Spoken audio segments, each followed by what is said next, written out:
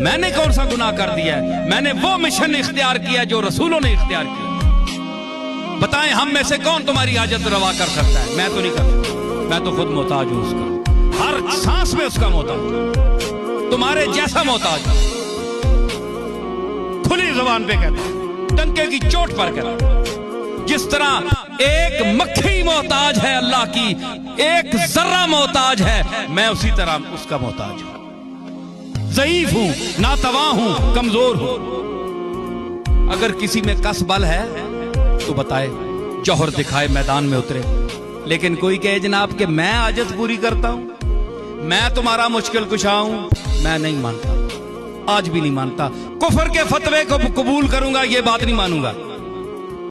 क्यों? ये कुरान की तालीम के भी खिलाफ है, रसूलुल्लाह के उसवे हसना के भी खिलाफ है, औलिया अल्लाह की तालीमात के भी खिलाफ है।